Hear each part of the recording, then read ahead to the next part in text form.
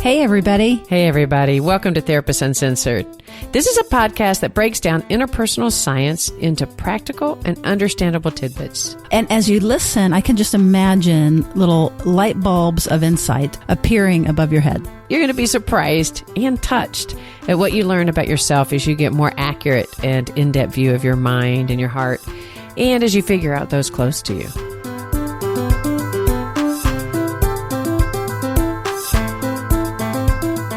Therapist Uncensored brings you decades of experience with interpersonal psychotherapy, relational neuroscience, modern attachment, and anything else they think will be helpful in healing humans. Now, here are your co-hosts, Dr. Ann Kelly and Sue Marriott. Hey, Sue, so glad to be back in the studio. We've been broadcasting multiple interviews, great interviews, by the way, but I'm so happy to be here with you in the studio ready to record together. I know, me too. It's so fun to be able to do this. And it also gives us a chance to specifically reach out to our patrons. We've been so blessed to be supported by some of our listeners who go above and beyond. And we've got some new ones that we want to thank. Our new co-executive producers who are giving at the platinum level include Eileen Peterson, Bobby Blaine, Carrie's Adultman, Jace Cannon Brooks, Jeffrey Benzik, Pat Spencer, Vicki Phillips, Allison Smith, and Becca Marsh. Thank you all so much for giving at that level. We'll thank some more folks at the end of the show, but we really appreciate these platinum members. We call them our co-executive producers because it is true. Without you guys, we could not produce this. And think about one thing. You get to give the gift of information that otherwise some people may not get all over the world. And that's what's amazing about doing this, is that we get to bring the ideas of security, neurobiology, etc., to all sorts of people who might not otherwise get this information. So thank you very much for the support in helping us do that. That's right. And even with our course, because that we are supported by you all, we are able to offer folks that need it scholarship to the course. So we are able to get that course out more widely as well. You can find the course at therapistuncensored.com/advanced course-2.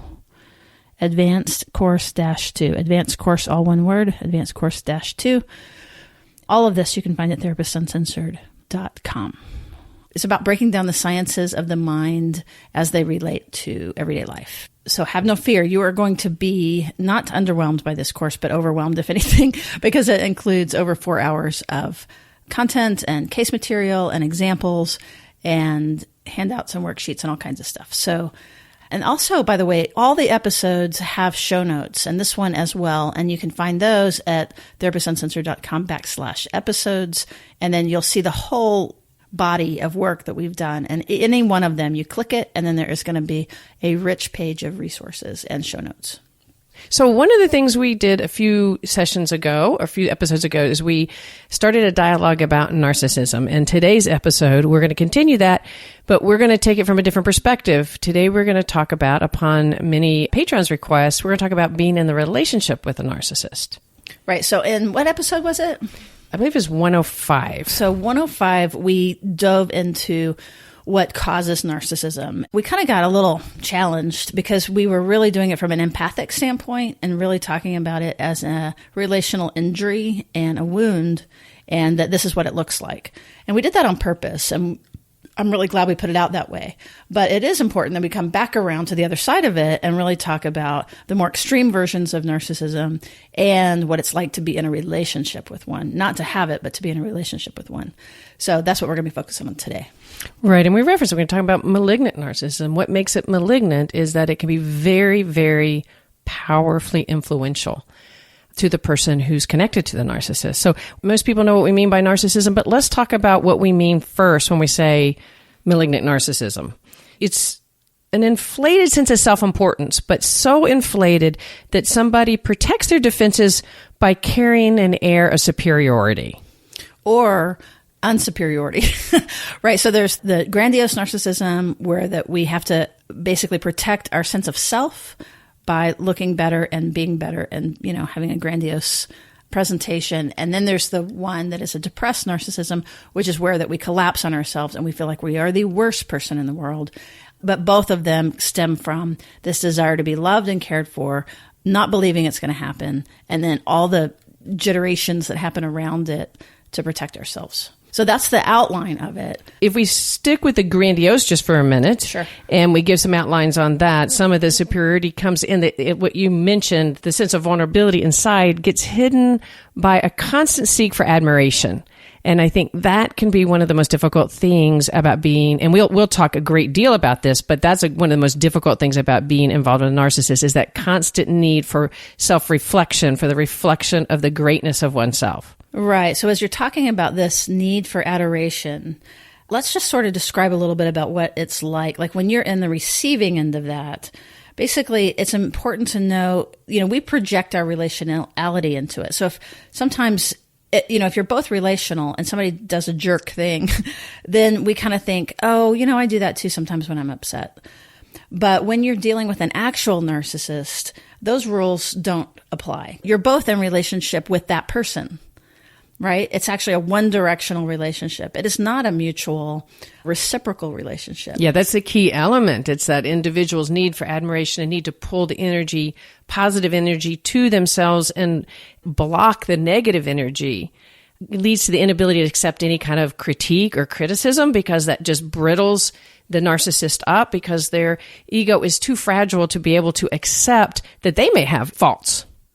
Yeah, that's another sign. So if you're looking for signs, one of the signs is that it's very difficult to have influence. It's basically, narcissistic love is always conditional, right? It's never back and forth. It's going to be one-sided.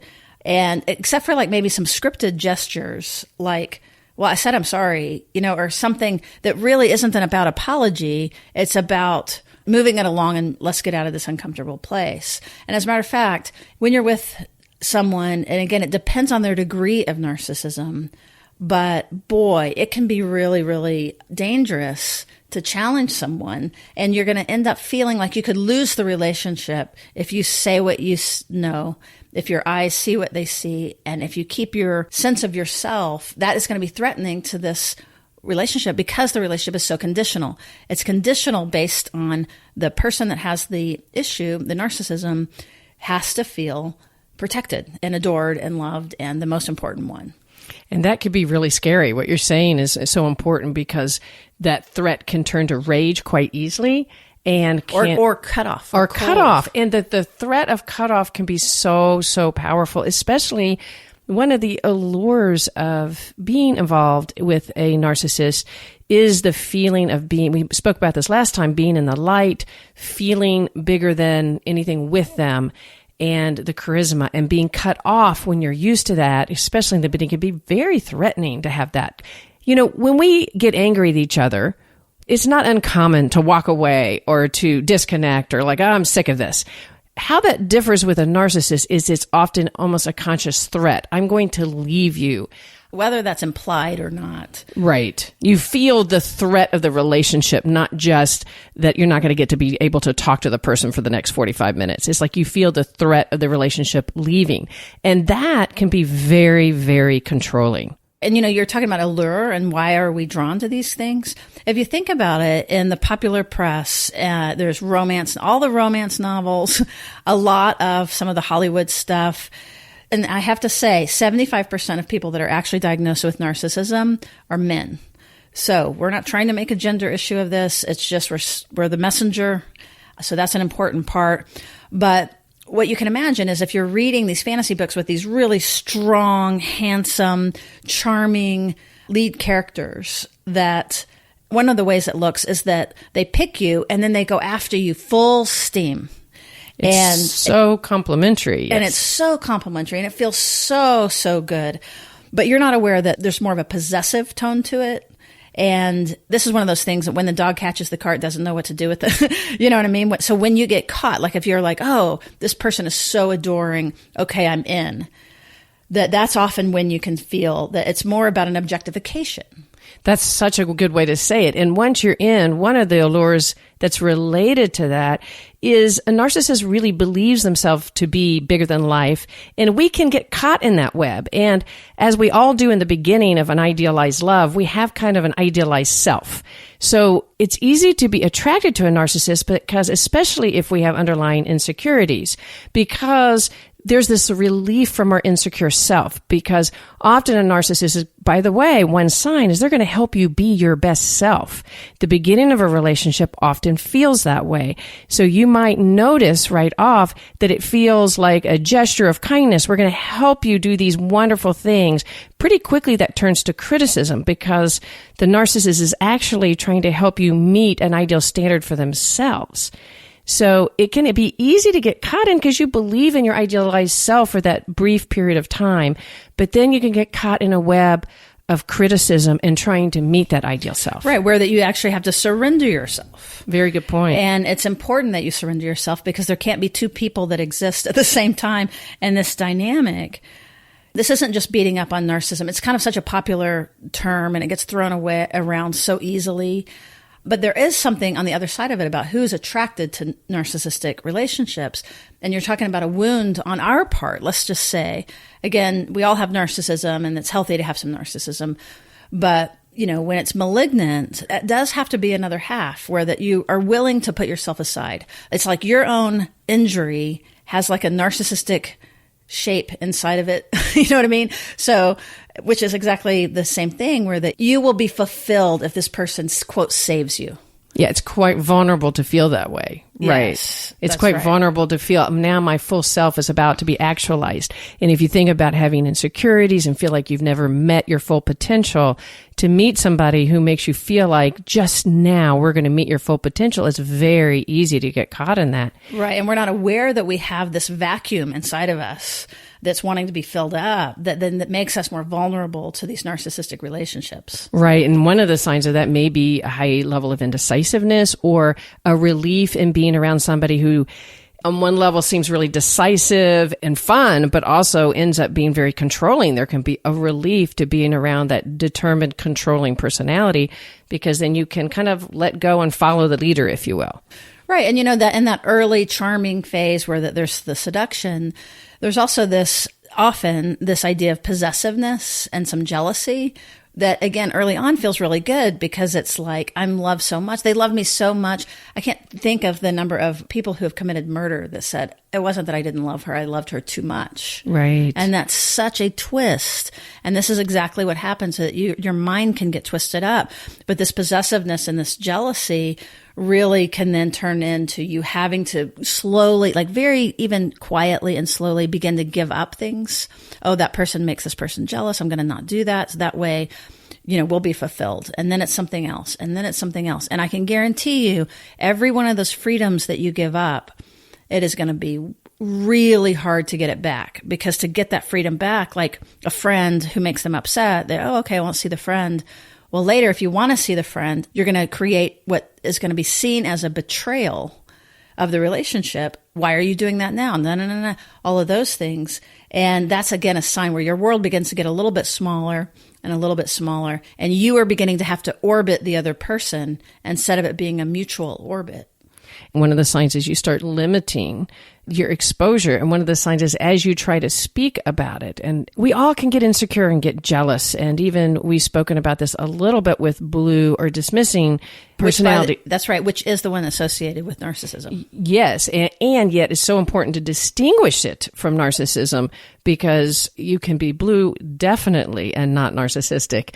And one of the ways to tell the difference is that somebody that's living dismissing and feels possessive maybe and wants to cut off won't necessarily get rageful or see it as you're doing something to them, where a narcissist can run the risk of your actions are actually creating distress and doing something. You're doing something to them. And then we might be likely to placate them. Right. To get the peace again. But again, that's when we're giving up a little bit of freedom. And what it's doing is it's teaching us to ignore our own mind and ignore our perceptions in order to stay connected. That's where it begins to get dangerous. And I think esteem, if we don't talk about esteem, I think one of the dynamics about being involved with a narcissist is that keep somebody at a high esteem, we end up placating us all sorts of ways that we don't even really recognize. And that way we cannot bring ourselves and say what we're having a hard time with, because you can see the brittleness.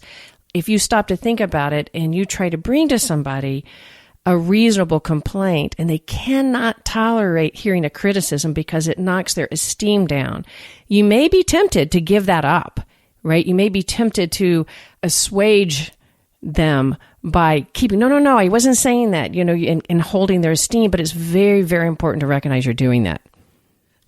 I love that, because there's this whole, in order to, it's the placation and all that stuff. But if you notice what Anne's saying is that, and what we're supposed to be able to do is come with a complaint.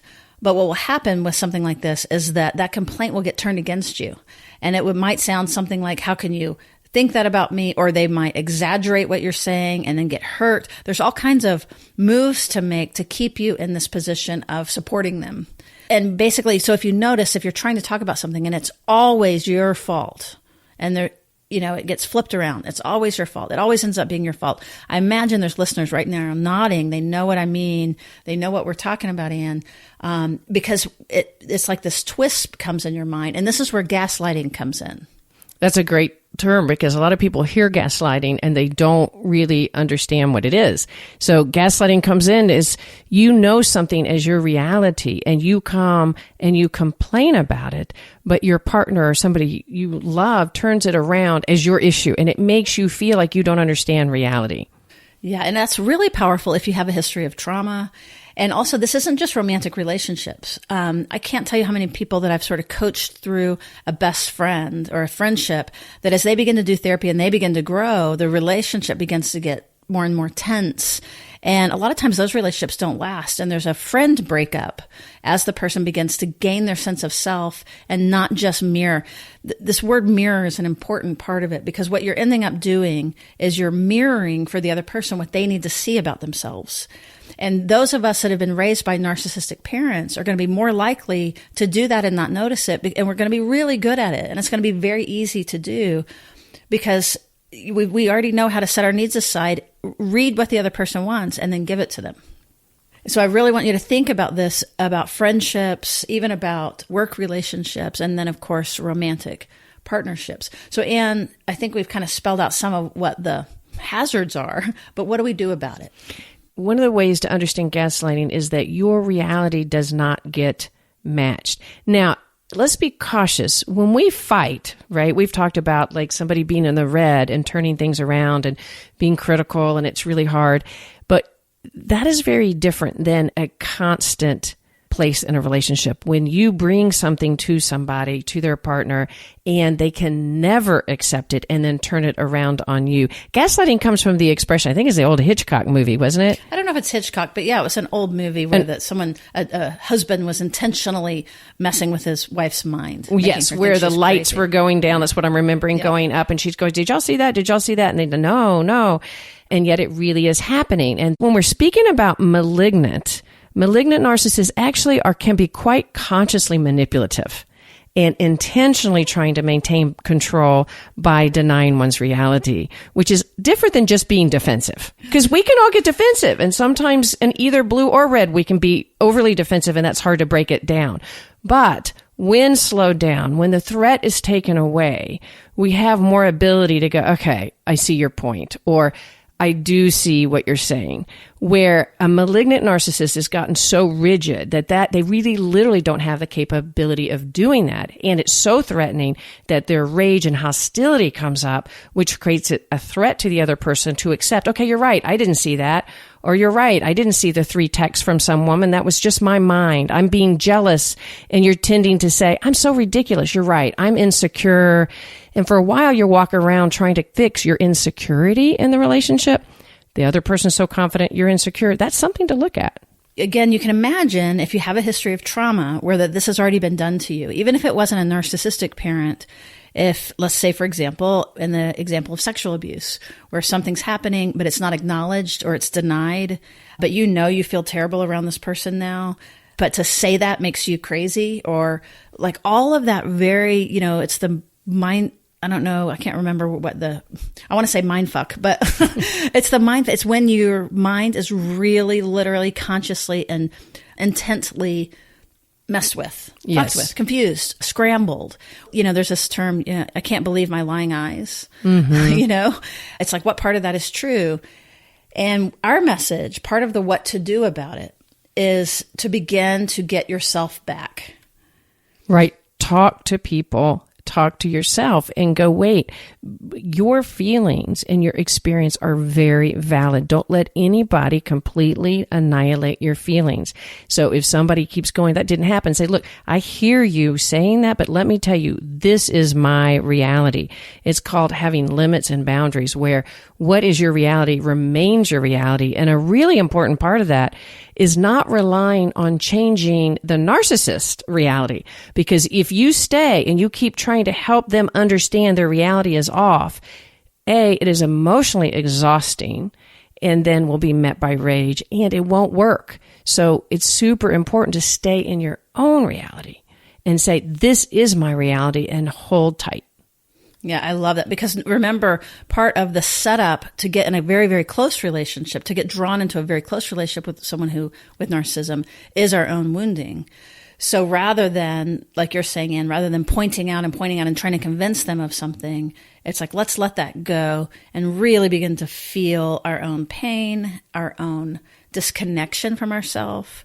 That if the problem with the narcissist is that they need to be loved so much that they will do almost anything so that they don't feel their own insecurity, then our job would be to do exactly the thing that's missing, which is to begin to have self-love and self-care and self-compassion and really listen to ourselves. It's the same thing we're wanting them to do, but we just start with ourselves. And one of the things about this, here's an interesting thing. How do you know if you're a narcissist? There's one question, actually, that in at least some literature, it says you can boil it down to one particular question. Yes, and it's a Likert scale. Out of 1 to 7, how likely is it that you are a narcissist? And then in parentheses, a narcissist is described as something like a petty, small-minded, it has a few adjectives. Selfish is one of the words. So I'm asking you that question, listener, before we tell you the answer. The question is, how, on a scale of 1 to 7, are you a narcissist? And narcissist meaning small-minded, selfish. I can't remember. Need for admiration. Yeah, need for, maybe that's the other one. It was just a few little descriptors. So 1 to 7, 1 meaning not at all, and 7 meaning for sure. I'm just letting you have that in your mind. 1 to 7, what is it for you?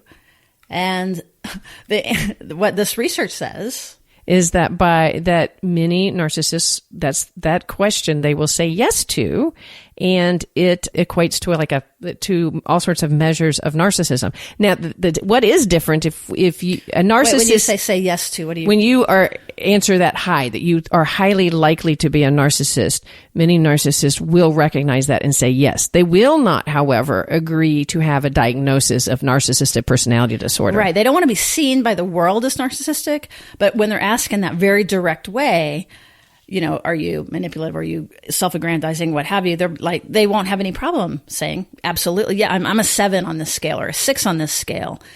And that we should believe them. One of the messages here is we should believe them if that's how they see themselves. And one of the reasons we believe that somebody can feel comfortable as that is because, in all honesty, they hold themselves as more superior and as above others. So it's easier to say yes because they really believe they are. So they feel like they're saying, yes, I'm a narcissist, because really other people are often stupid.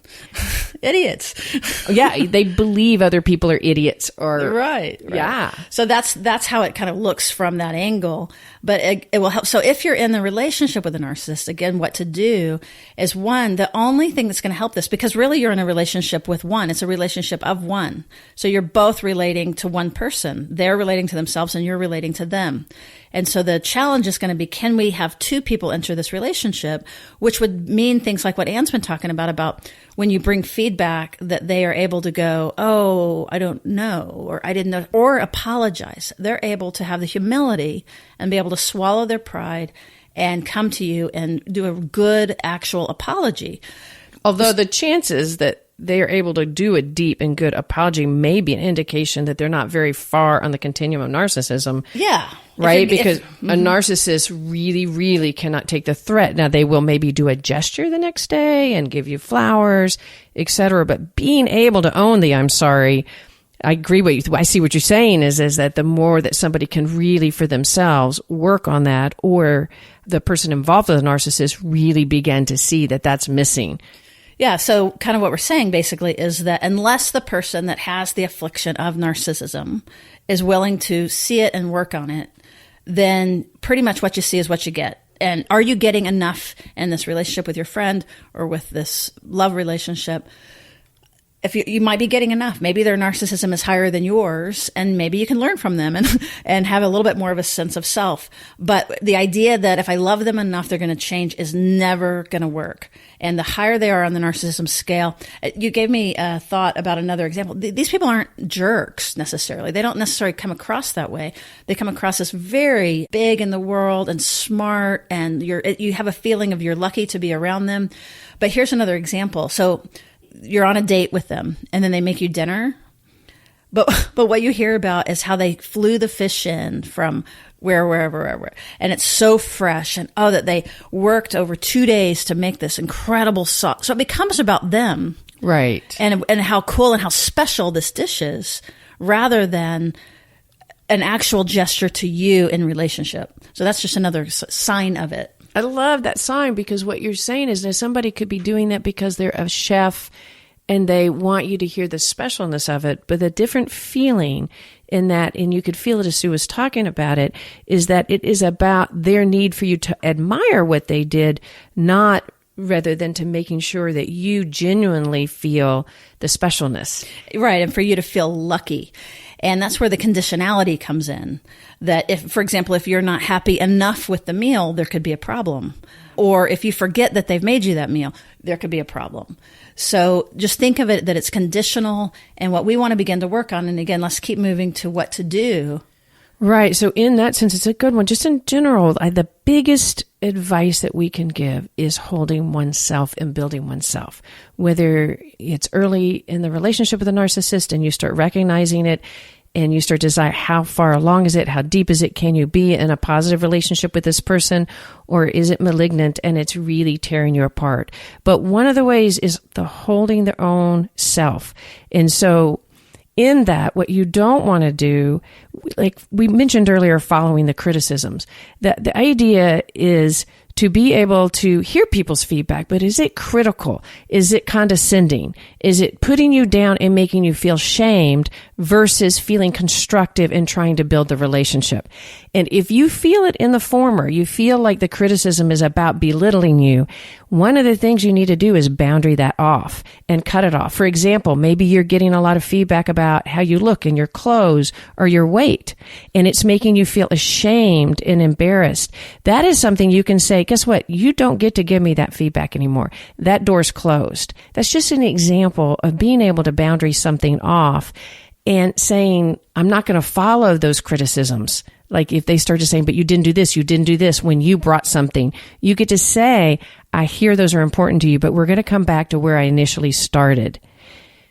And it can be emotionally, even as you're listening, you can hear how emotionally exhausting it can be. So one way to hold your value is to recognize the emotional exhaustion and actually take care of yourself in that.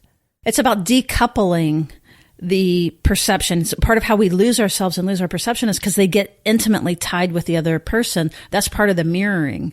And that's where it becomes dysfunctional. So if we can begin to decouple it, or there's two people now in this relationship, and he or she can have their own reality, that's okay, but you get to have yours too, and they're equal, and they're both valued. And then you can both curiously explore them. Then you're in good shape. But some of what we're beginning to lead to is unless this person, if they're harmful, if it's taking a toll on your sense of self and on your growth, then it's time to really begin to look at the relationship. Are they giving you enough? And it is, if it's an abusive relationship, then we're going to ask you to really consider leaving, because this is not somebody, usually, because it's a conditional relationship. It only goes one direction. So if they're not willing to look at their own part and really begin to get in there and dig in and see themselves as having an issue with this, then don't think that you can hang in long enough for them to change, or that you can change them, or you can heal them. Or that if you could just change their perspective of you, then they would then see the value. I think that's a really important point, because you may hang in thinking, well, if they understood about A, B, and C, they wouldn't think these critical thoughts. And so the belief that you can improve yourself so that their critical thoughts go away, that actually isn't a good way to approach it. It makes me think too, like, so friends will start telling you, I don't like how they treat you. And if you find yourself defending the person who is abusing you, well, they're just very sensitive about that. Or I know it looks like, you know what I mean? Where if you begin to create a case where that you're shutting out people who are safe to you, that's a sign that you really want to look at. It's very, very important. Right. So talking to your friends also about the conflict so that you can get that feedback back. And listen, if you have multiple friends coming to you and say, one of the signs that that your friends may see that you may not, do your friends give you the feedback that when y'all are together, that all the attention generally is drawn to your partner and not you? Do you end up finding yourself in the shadow of their experience? Does this person take credit for helping you get there? These are these signs that sometimes friends see that you don't. And when you speak to friends, they might identify that for you. And we can't talk about malignant narcissism without at least mentioning what's happening in our national political system, that and I will absolutely say it, we have a malignant narcissist as a president.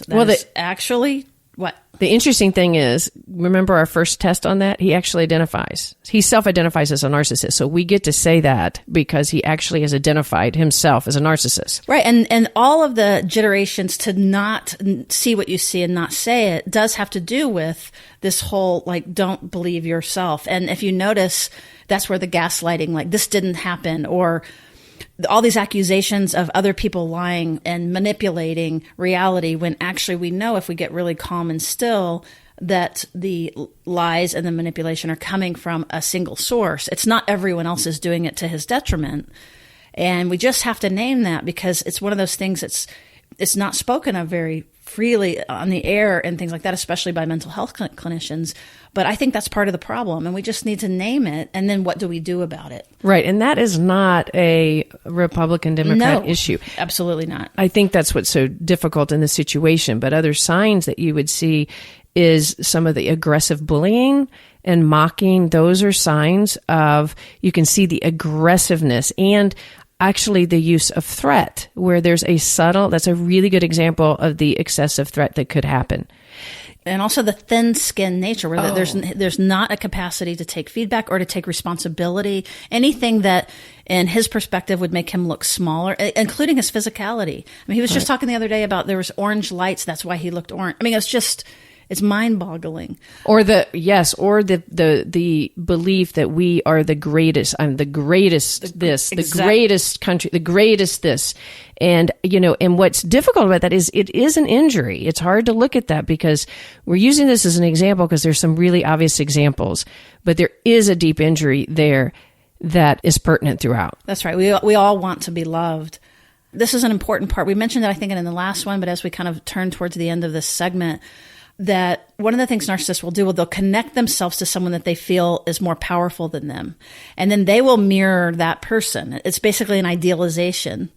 So one of the things I think that's happening nationally is that folks that are connecting, right, that like, if this person is in charge of the greatest and I'm in the greatest country and we are great, let's make ourselves great. Even that language, that's one of those signs where that either we're idealizing someone, and that if we're connected to them, we go up with them, or we devalue someone and we get away from them because we don't want to be, pulled down into the muck of whatever we're seeing that person as.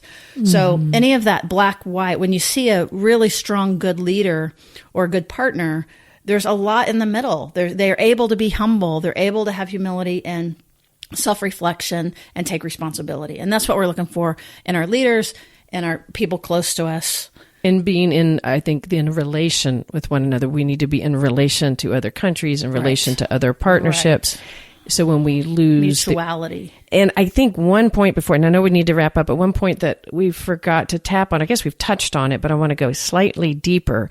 We talked about the allure of the charismatic narcissism, but there's a very important part of narcissism, and that is the allure of the release of our shadow self. And that is one of the things narcissists can do for all of us. We all carry insecurities. We all carry certain things that hold us back in our norm of who we are. And one of the things a narcissist can do, since they don't abide generally by the norm because they're better than, they can release us from our belief that we need to follow the norm. So maybe if we've been too subservient, or maybe we've been in a place where we are too held by our beliefs of good and bad, and maybe lose part of ourselves, sometimes there's a release in somebody going, we're not going to be controlled by that. We're going to live, we're going to throw that out. And it can be a release. It's a freedom to go, oh my God, you're right. We don't have to be contained by these norms. We can be released of that. And it frees us up to not feel shame or bad about our negative selves. And while we need to do that on some small level, it can be a real detriment to ourselves as individuals. We can do things that we wouldn't otherwise do if we weren't connected to this narcissist.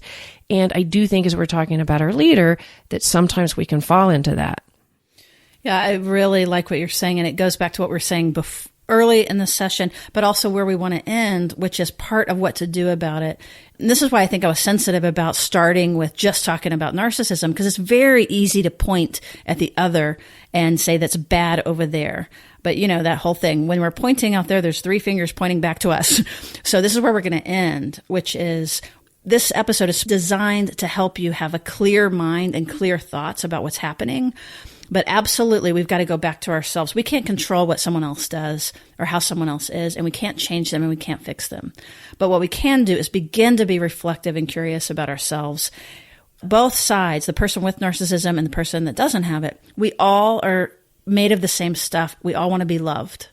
And so let's start by loving ourselves enough to begin to hear our mind, hear our intuition, hear our heart, begin to act self-protectively towards ourselves, and then see what happens. See if there's room in this relationship for 2 people, not just one.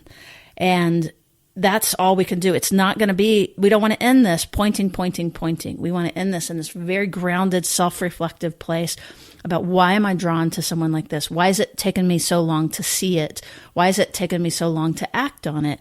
That's going to put you right in the middle of what Anne's referring to about what this relationship might be serving to help us not see some of our own wounds. And to do that in a very self-compassionate way is really important, because we can all be drawn to a narcissist depending on our histories, depending on even our circumstances. It could be a moment. Or even just the power of the narcissist. I mean, for sure. Well, and it's intoxicating. I love that you said that. It is intoxicating. It can be intoxicating for all of us. It's not just intoxicating for these rare few. It's like it can be intoxicating. You can get in and not even realize it. And one of the things to know is to break off a relationship with a narcissist, even if you can identify how difficult and hard it is on you. Don't mistake the fact that you can feel a literal feeling of withdrawal and have it very powerful. The chemical withdrawal from a narcissist, from any relationship, is difficult, but from a narcissist, it can be super powerful. And we can talk more about this. We've mentioned that there's so much to talk about in this topic, but to remember that withdrawal is very, very difficult, and you need self-compassion. And by the way, honestly, we talked about the continuum. And there is malignant narcissism, but there's all sorts of a continuum for narcissism. And one of the things that a narcissist needs is self-compassion and compassion from other people. They draw out rage, but they don't need their esteem built. They need compassion. Kristen Neff talks a lot about that, and that there is a small child, and we talked about that in the other one, inside a narcissist. But there is one inside you too. And self-compassion and care is where to start in keeping your own value system intact. One quick image too that I think that we've mentioned before, but when you're talking about the intoxication, I think of a lighthouse. And it's like when the light is shining on you, that's the intoxication. It feels so good to have the esteem of this person that is above you, shining their light on you. But boy, when that light goes away, it is dark, dark, dark. And that's one of those signs that you're in this uneven relationship. So remember that a relationship with a narcissist is conditional. So the solution is going to be to unconditionally listen to yourself and love yourself and compassionately hear yourself. But that unconditional love start with you and you. And, take yourself out to the woodhouse and have a talking to with love and compassion, but also with clarity and directness and boundaries. And then you'll kind of see a little bit more about what you need to do next. There's not a one size fits all here. No, and getting some support in that is very, very important. And if you're not sure, right, you probably are sure if you are working or you're involved with somebody that falls on the malignant end, but you may be involved with somebody that, or maybe you are somebody that's not all the way over there and want help. And it is true that if you fall way far on the malignant end, it is very, very difficult to change, partly because it's hard to find the desire to change. But there is a lot of continuum, and sometimes the fear of the loss of a relationship can motivate somebody into treatment, both sides. And so getting into therapy, especially if you're in a romantic relationship, but getting into therapy and really talking about this is something we highly recommend. That's exactly right. And I'll tell you some people that are, I would imagine, aren't very high on the narcissism level, which are these folks that are for free supporting our show. We're going to mention a few more of them that we didn't mention at the beginning. So we want to thank our patrons, and we want to remind everybody that if you appreciate this kind of content being shared free and widely with the world, please go to your whatever podcast player that you're listening on. Go ahead and rate us and review us. That really helps get the word out, and it also helps us attract really good guests. We are so proud of our 5-star rating on iTunes, and it's not a norm necessarily to have something like that after you've been around for a little while. So we strive to make this content, really awesome, and we really want to hear back from you.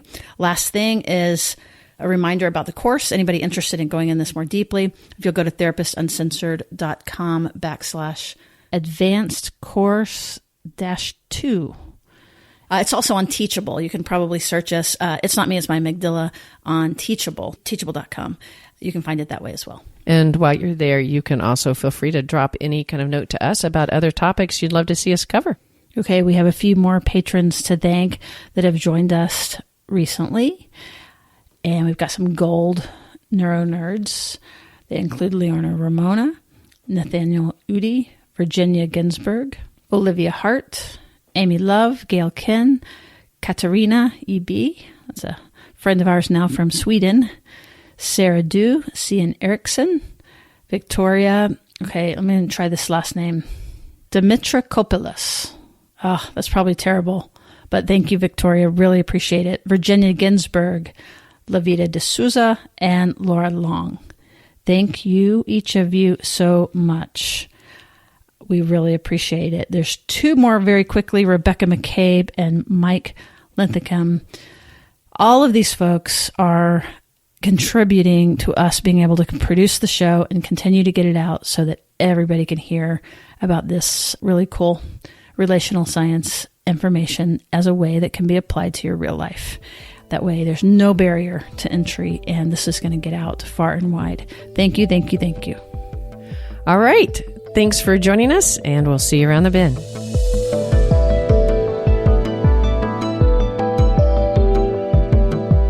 Therapist Uncensored is Ann Kelly and Sue Marriott. This podcast is edited by Jack Anderson.